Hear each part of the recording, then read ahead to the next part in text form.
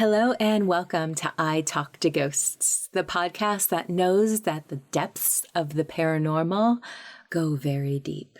I'm your host, Jennifer. I'm a professional medium and a teller of ghost stories, both of which I will share with you in this episode. First tonight, I have for you spooky tales of haunted lakes. I even have my own personal story, which might not necessarily be paranormal. I'm not sure, but it's definitely an experience that I can't explain. After the spooky, stay for the spiritual. As a medium, I love sharing my work directly on the podcast by hosting a reading for my guest of the week. But you will also be my guest tonight as well at my seance table. I open up the space for a spirit to come close for someone listening to the podcast. Are you in need of a message of love and support from a loved one who has passed on? Listen to tonight's message and see if this one is for you. That's later on in the episode. But first, grab a life jacket. Let's visit a few haunted lakes and see what's in the water right now.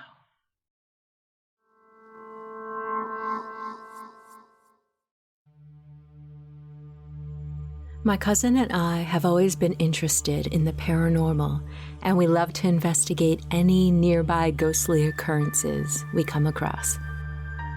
I had often heard that Beaver Lake was an odd place. When you first drive up to the lake from the road, there's this giant, ancient oak tree growing straight out of the center of the lake. This tree defies logic, and the sight of it immediately unsettles you. But it gets creepier. There are no fish in the lake, no turtles, no aquatic life, and the silence at the lake is downright eerie. No crickets or any insect can be heard.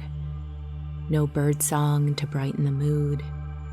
And all of the vegetation at the shoreline is completely dead. It's like nothing that touches that water can live other than that giant, strange oak tree. Well, of course, we had to check this place out. My cousin and I grabbed a small tape recorder and headed out to the lake. We got there, parked, and prepared to make ghost-catching history. It was a quiet, early autumn day, and the air was just so very still around the lake. We walked out onto the dock, settled in, and set up our recorder. Not a sound, not a movement, not even a feeling, just a complete, all-encompassing silence. It was deafening. Even though we were pretty close to a major road, we heard nothing. We sat there for about an hour, nearly bored after a while, and then decided to leave. As we sat in our truck, we decided to check out our recording. After all, EVPs are mostly heard during review and playback. From the beginning of our tape, we weren't really hearing anything of interest, just us occasionally talking and the faint sounds of lapping lake water. With growing disappointment, we continued to let our recording play for another 3 minutes or so, then we decided to turn it off. Just as we were pressing stop, we heard a noise on the tape recorder. We pushed play again. What we heard was horrible. There was a low, guttural growl, followed by running footsteps that came right up towards us on the dock. The footsteps stopped. Then, a very quiet voice said, "Help, please." We turned on the truck, left the lake, completely shaken, but determined to go back there one day and perhaps encounter more. We never did go back. Honestly, I'm kinda glad we didn't.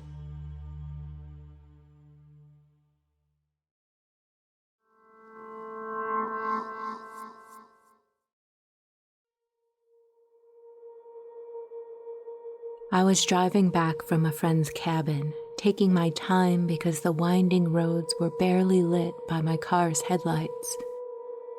It was late, well past midnight, and a heavy fog had rolled in, obscuring the trees and the lake to my right.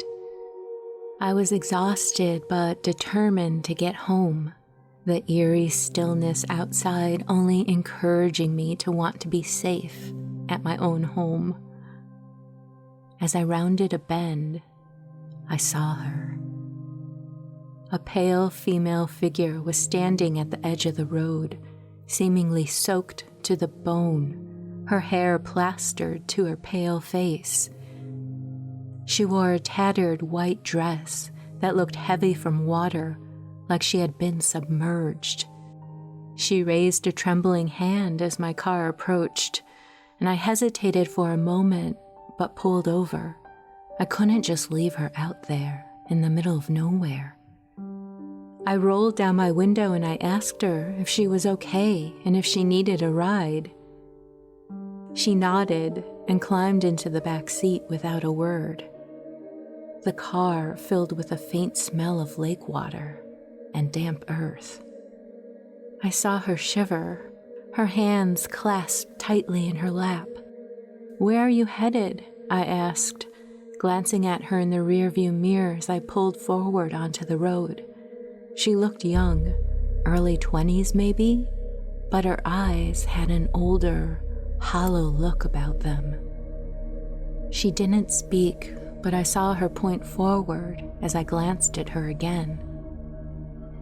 I drove on in silence, the road ahead of me constantly evading my vision due to the fog. After a few minutes, I glanced back to ask her another question, but she was gone. My back seat was empty. The seat, however, where she had been sitting, was drenched. Water pooled in the fabric and dripped onto the floor. My heart raced as I pulled over to the shoulder to safely make sure she wasn't lying down or crouching on the car's floor. My car was indeed empty. The door hadn't opened. There were no footprints leading away. I stared at the wet seat as the realization hit me. She wasn't just a hitchhiker. She was something else, something tied to that lake. I never drove that road at night again. To this day, I can't shake the memory of her haunting eyes staring back at me through the mirror, and the chill that lingered long after she had vanished.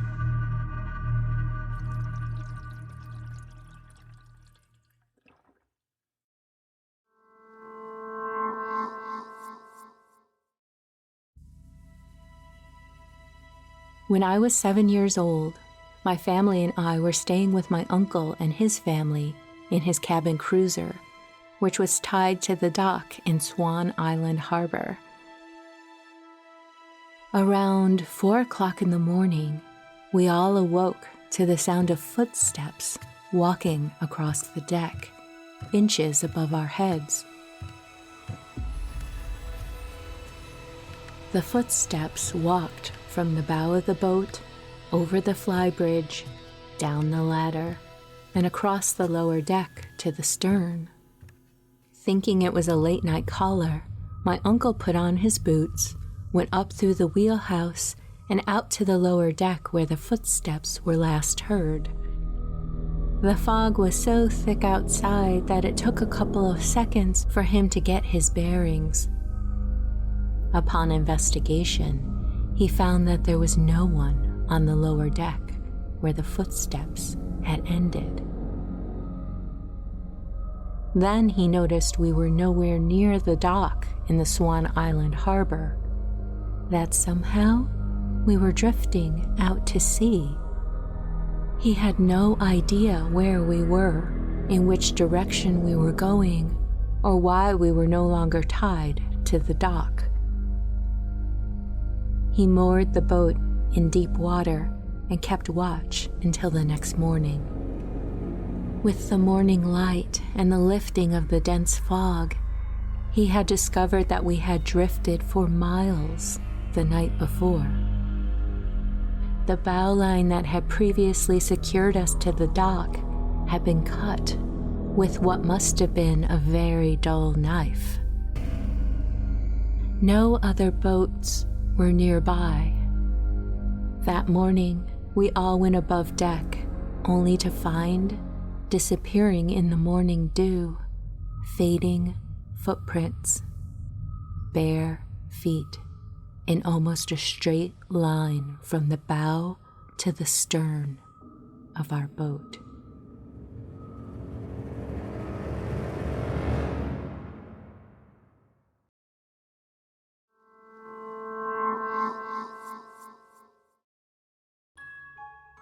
This year, when you're at another boring holiday gathering, make sure to turn to the person next to you and ask, "Hey, do you know any good ghost stories?"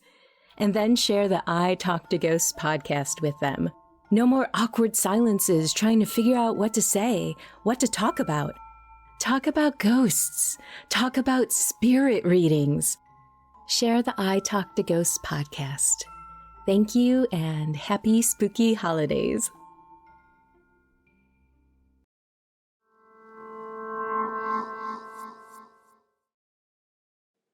Hello and welcome back to I Talk to Ghosts. My guest this evening is Michelle. Michelle, welcome to the podcast and your reading. How are you doing this evening? I'm doing very well, thank you. Well, thanks so much for meeting with me. Right off the bat, I was getting, no one ever comes in by themselves. I was getting a couple of different people, and maybe you can help me connect the dots. Now, the first person who was coming in was a rather quiet woman who she seemed a little timid and unsure. The type of person who was happy to defer the decision making, okay? And she was just like, oh, ask someone else. But she came in first. So I think she's just kind of connected to someone else. I don't know if someone lost a sister connected to the person that you're hoping to connect with tonight. Does that make sense? Possibly. Okay. But then another woman was coming in who seemed much more energetic and decisive and grandmother type. Did your mom pass away? She did. Okay. Does that sound more like her than the other person? Okay. Definitely. Okay. She was coming in with just knowing herself and being very active in her community and in her family. Does that sound like her? Definitely. Okay. Good. I always like to ask right away so I can just dive into this. Now, I'm wondering, just because of that dynamic that was coming in, I'm wondering if she's now reconnected with her sister on the other side. So my mother passed almost 10 years ago. Okay. But within the last 6 months, I think, she's had 2 of her sisters have passed away. Okay. And one of them would have been more quiet and timid. The other was not. Okay. So that energy makes sense because she was coming in first, shy, more of the shy, quiet type, didn't share much. She had a lot of things that were kind of hidden, or she was just a private person. And when I immediately felt her energy, she was, oh, no, defer. So I think she just wants you to know that she's here with you and wants to give as much as support as her sisters. And maybe as we're talking, we'll figure out why she came in first with those things. But your mom, was she involved with her church? Yes. She was showing me a cross. When she's showing me this cross, I'm feeling that sense of community and that was what was important more than just being religious. Yes. Okay. Was she involved with music too?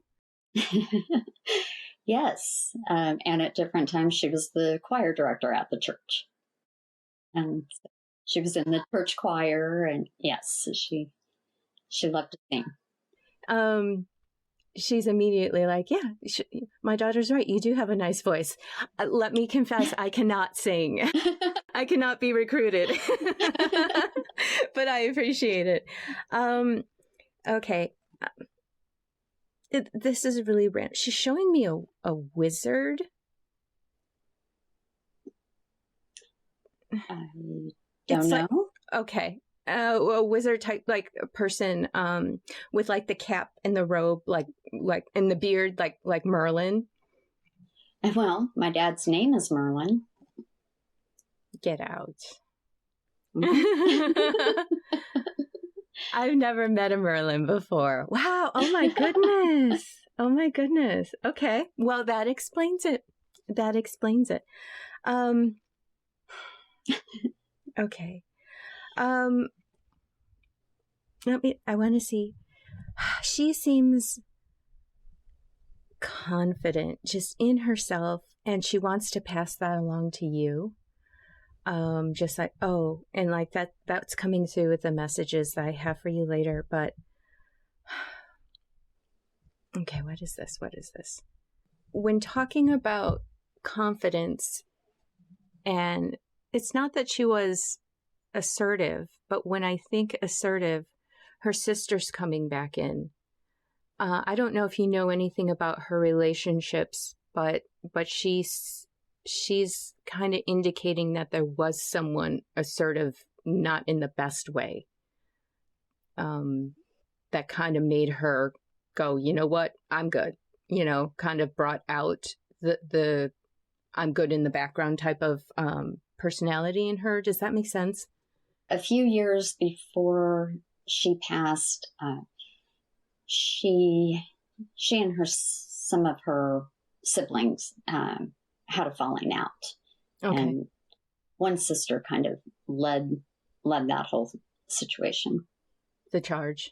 Yeah. Because because like, I'm like, oh, your mom is confident.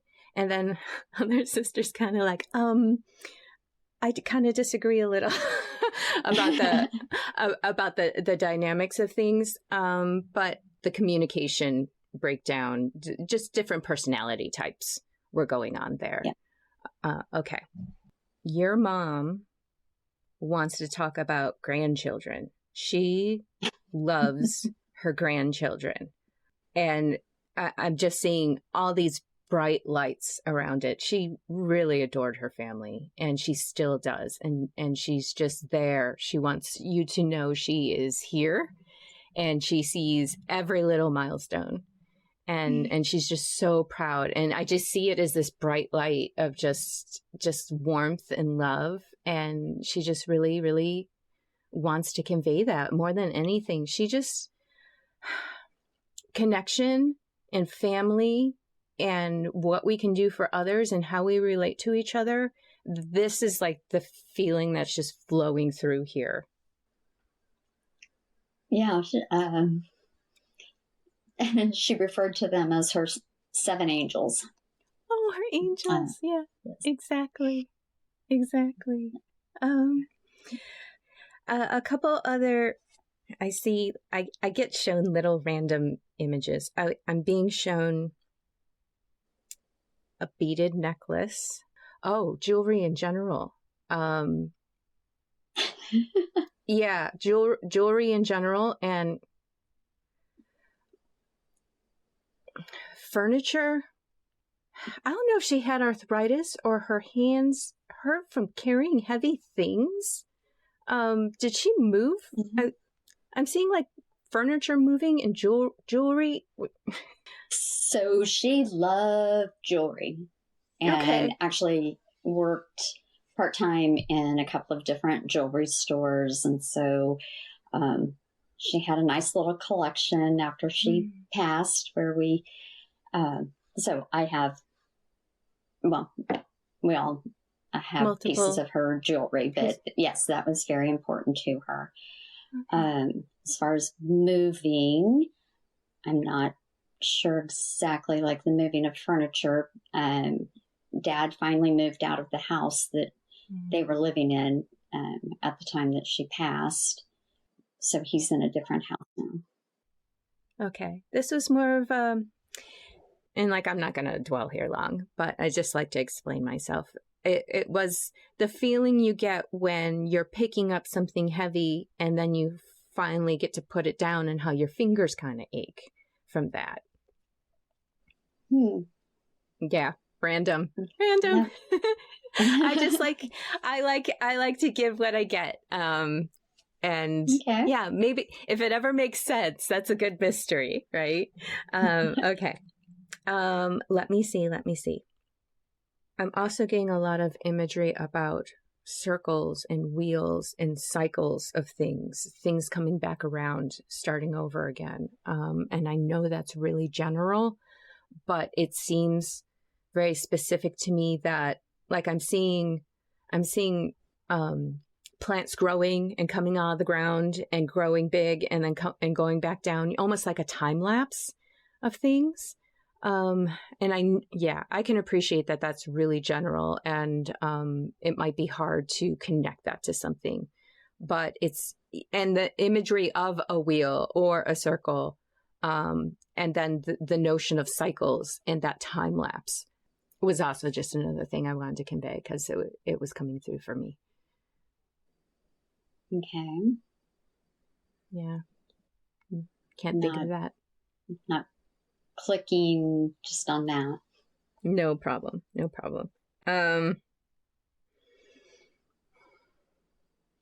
Pencils and crosswords.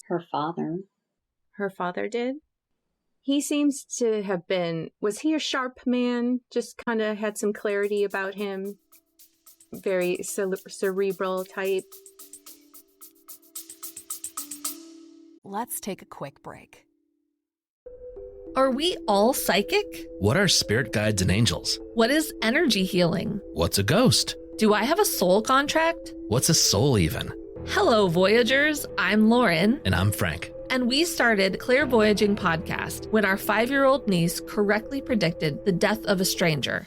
We decided that it was time to learn more about things that can't be easily explained. Join us as we interview psychics and experts about the basics of esotericism and try to enhance our intuitive abilities. Come for the development, stay for the underdeveloped jokes. Clairvoyaging Podcast. Normalize your spiritual journey with us on any podcast platform.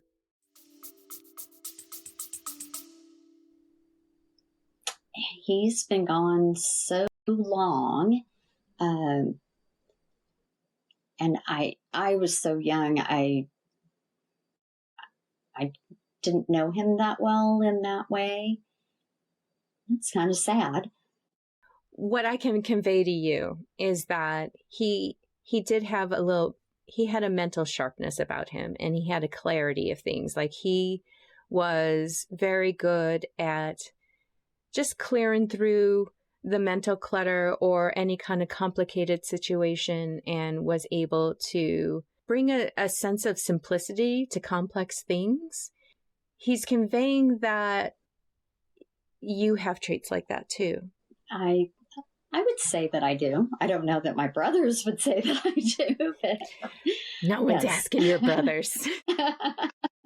He is saying that, no, you have an ability to simplify things and get rid of the emotional clutter, see the simple truth of things, and the ability to just, gosh, why can't this be simple? It should be simple.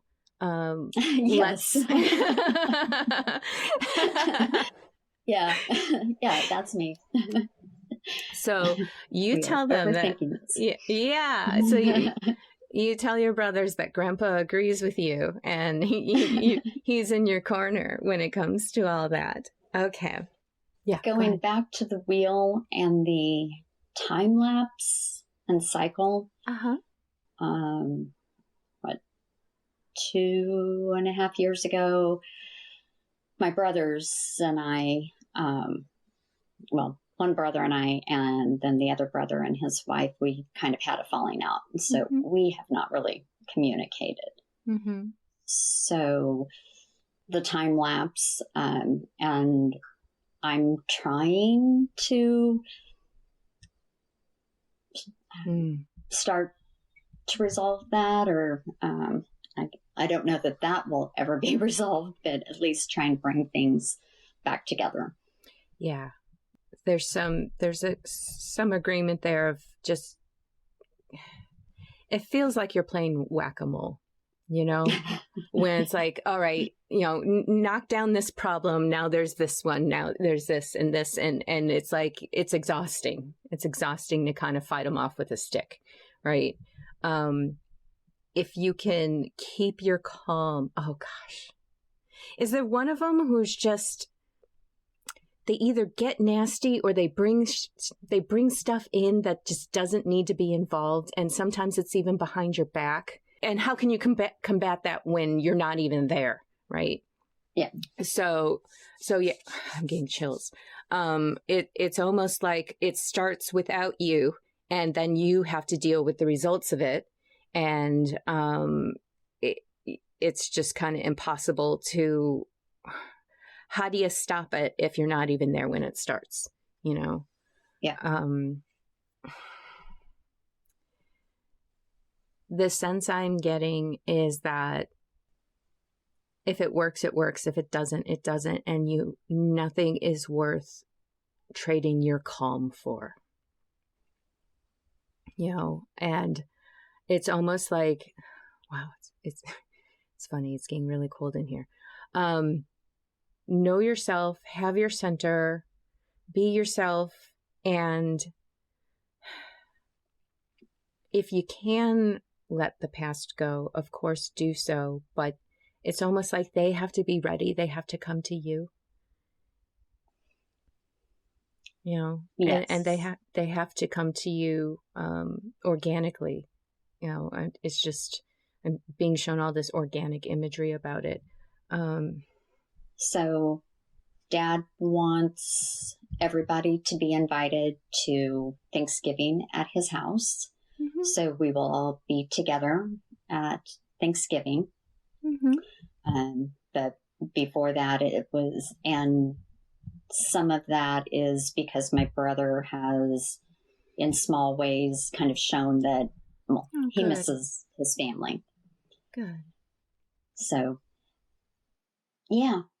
And we'll see, but I'll do what I can.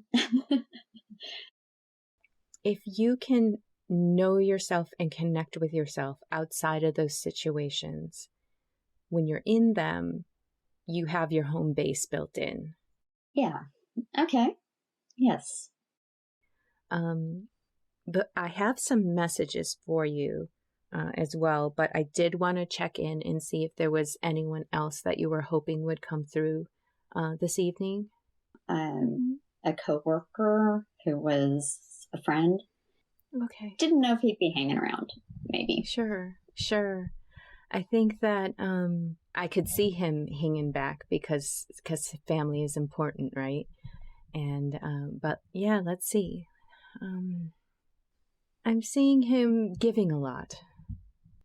The materialism wasn't important, It's more like he would have given you the shirt off his back type of person. He didn't have a lot to give, but was a big sweetheart. Yes. Yeah. And kind of seeing challenges. He wasn't good about talking about it. He's showing me a lot of hidden. He kept things hidden. He'd rather. When I see someone turn like this, it's kind of like they're letting energy go past them, and also they're kind of like, yeah, I'm showing you half of me. Yeah, he would make a lot of jokes and deflect, and he had dealt with depression and some things like that for a long time. Yeah. He's conveying that. Do you know much about his childhood? I think Not a lot. He had a bit of a vulnerable childhood, and that taught him to be rather self-critical. He hated his vulnerabilities, and he was very self-critical about, I shouldn't be this way, I shouldn't do this. The compassion that he had for others, he wasn't able to turn it on himself and give it to himself. He just was very critical of himself and how he judged himself and denied himself some things in life. Does that make sense? Mm-hmm. Okay. Did you have when you worked together, did you have a female boss? I did. Okay. I'm trying to unravel what I'm being shown. Oh gosh. I'm seeing like in an office type situation, either seeing like colorful straws or colorful cups, just some kind of silliness about it. Her office was across the hall from mine, and she kept like bite-sized candy in there, so that the guys would come through and they'd come through and have grab a little piece of chocolate after lunch. And a lot of the time, that's when he would come through and make jokes and get a little after lunch laugh. And he just kind of saw you as this ray of sunlight, always had a smile. And he wants to convey to you that you're getting where you're going. You're not done yet, but you're going to get there. And it's important to rest a little bit along the way, but you're going to get there. Does that make sense? I think so. He wants to bring that encouragement there for you, and just you're kind and you're warm and giving, and you also have to give that to yourself, and that you're gonna get there is what he's saying. Okay. Okay. A couple other messages for you, and they're kind of along that line. To know yourself, just know yourself. And that's when your mom's sister was coming in with, the confidence you should have. If I were you, the things I could do. They're just very big cheerleaders for you. They're saying you're a good leader, and that you have the ability to nurture and guide potential and make things better with your input, to make things grow and blossom and become something, because you see the potential in it, and you're really good at just leading that. You see the potential, and your energy makes a difference. Is that something that resonates for you right now? Yeah.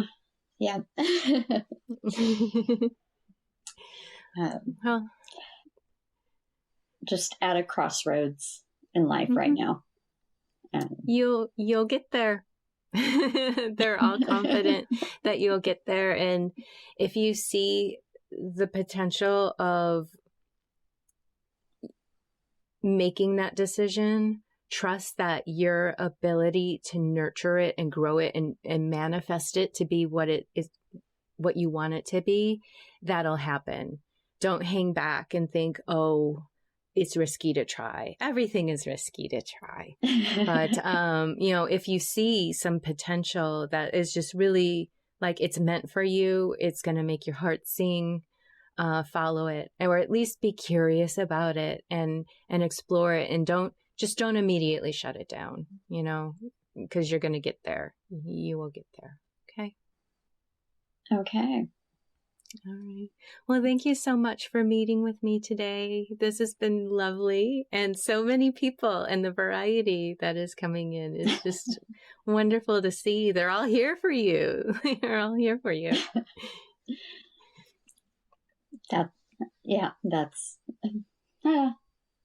Yeah, I'm an empty nester, so it's nice to know that there are so many people coming in because I'm by myself a lot. Yeah. Well, whatever you want to fill that space with, do it. And you're gonna, you'll see it and you'll make it happen just naturally. You'll have a talent for it. So yeah, absolutely. I wish you the best with it, and you're going to do great things. You absolutely will. Thank you. Well, before we go, do you have a personal ghost story that you would like to share? Listener ghost story. Years ago, when I was in college, I still lived at home, and at that time, my bedroom was in the basement, and so it was very dark already. And one night I woke up in the middle of the night, and even though it was dark, I could see the silhouette of a man, like even darker against the black. And I sat up and I looked, and then I just laid back down and went to sleep. When I woke up in the morning, I remembered it, and I was like, man, that was weird, because normally I would freak out and I was scared every little thing. And so the thought of a silhouette of a man. So I got up, went upstairs, and my father told me that that his dad had passed away during the night. Oh, wow. So I sincerely believe that my grandfather came to say goodbye. Yeah. Yeah, it didn't scare me. I was peaceful with it. Exactly. So, that's my ghost story. Oh. It's not a scary one. No, they don't have to be scary. Yeah, there's a certainty about that. The fact that you weren't scared and you went back to sleep. Yeah, he was just there to say goodbye. And how lovely that he came. He had suffered from, I can't even say it, but basically hardening of the arteries. And so for many years, he didn't recognize us, and he'd been in a nursing home. So that's why I think he came to say goodbye, that I know who you are, and I love you, and I'm moving on. Oh, that's a wonderful story. Thank you so much for sharing. I think that the more people hear of experiences like this, the more hopeful they are, and that there is something. And that's exactly why I do readings as well, just to give people a glimpse that there is something, and we're always connected, and they are there for us, whether we can see them or not. Well, thank you again. This has been lovely. Thank you.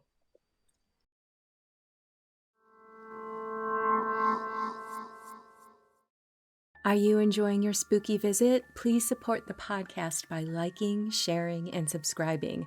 The ghosts may be talkative, but they are lousy at marketing, so every click helps. Tell your friends, and please leave a kind review so that others may join us. The spirits and I thank you.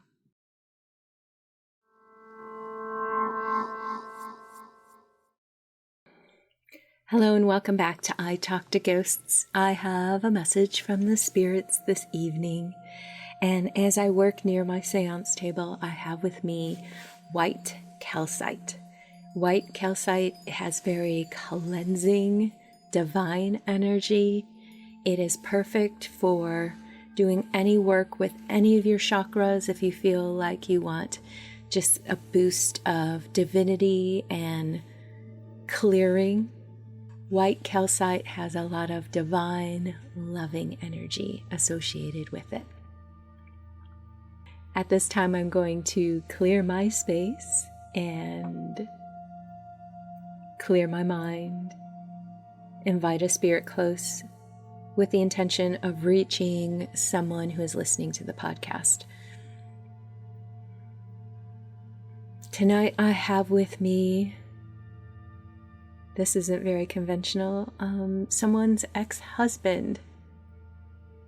He is showing me that regrettably your marriage did end in divorce. There was arguments.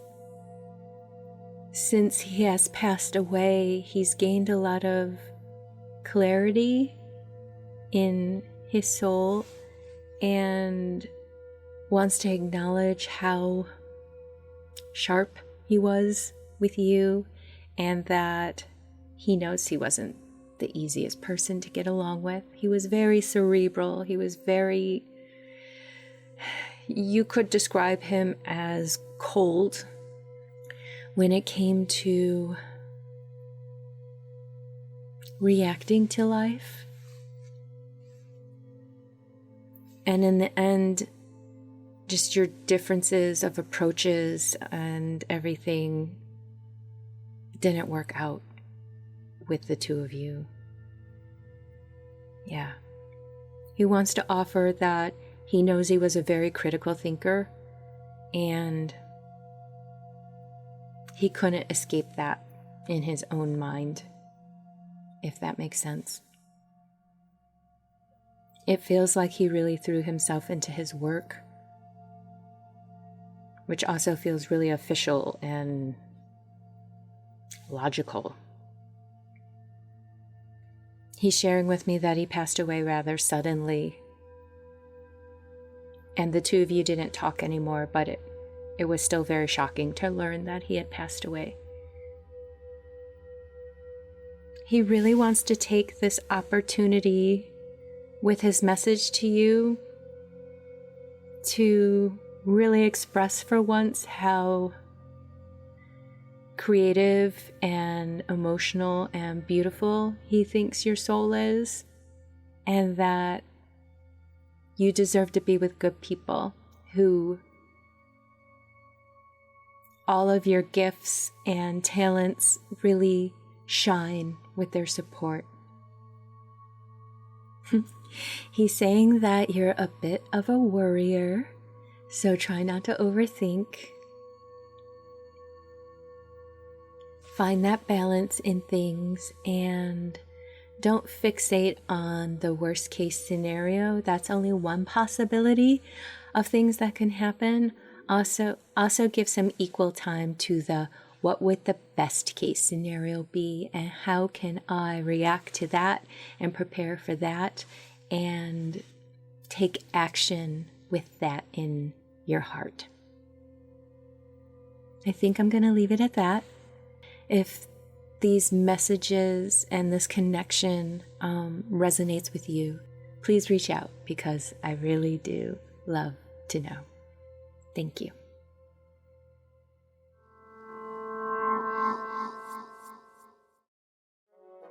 Would you like a free spirit reading with me and record your reading for the podcast? Sign up for your chance to be selected by visiting italktoghosts.com/guest. And as an added bonus, if you don't want to leave your reading up to chance, I'll let you in on a secret. There's a discount offer to book a private session with me, so you can book a date and time for certain. Visit italktoghosts.com/guest for more details. Welcome back to I Talk to Ghosts. I promised you a personal story of mine involving some kind of unexplainable experience while on a lake. Well, this happened to me when I lived in Connecticut. And while we lived in Connecticut, we lived in this very rural area, way down a dirt road. And we were one of the houses that surrounded a lake, a private lake for the residents around there. And at the time living there, I loved being out in the forest. I loved being out on the lake. I was probably 12 or 13 at the time. We had a friend come visit us, a family friend come visit us from out of state. And I was always out on that lake. So naturally, I wanted to show him the lake while he was visiting. And our neighbor had a canoe right on the water that I could just drag out and use anytime. So we decided to do that one day. And we're out there, And we're paddling around, just talking and catching up. It was a very calm day, not a lot of choppy waves or anything. And we were paddling around.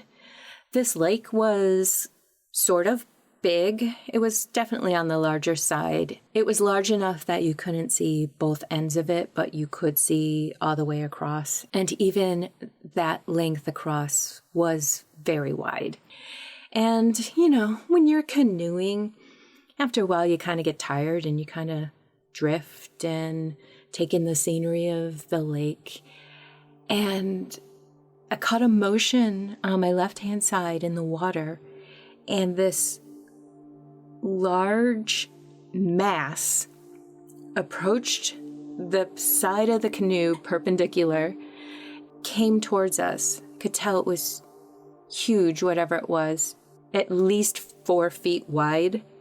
It went under the canoe, and as it did, it scraped up against the bottom of the canoe, and the bottom of the canoe rose up and kind of bowed, and then as it passed underneath, it dropped us and put us back down in the water.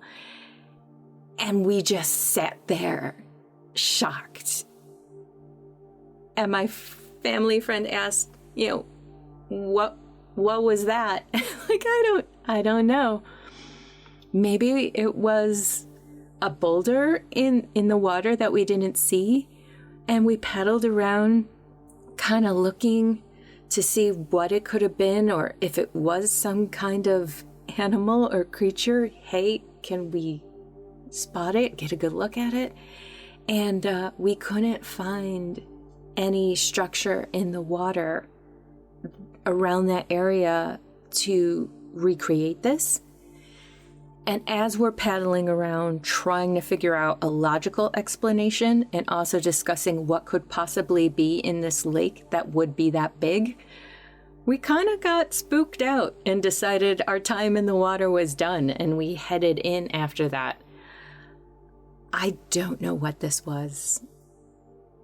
I really can't explain what would be in a lake in Connecticut that would have been that big animal-wise, and we couldn't find any kind of feature that we could have mistaken for an animal. And we decided we were done canoeing for the day, and we paddled back to shore, called it good.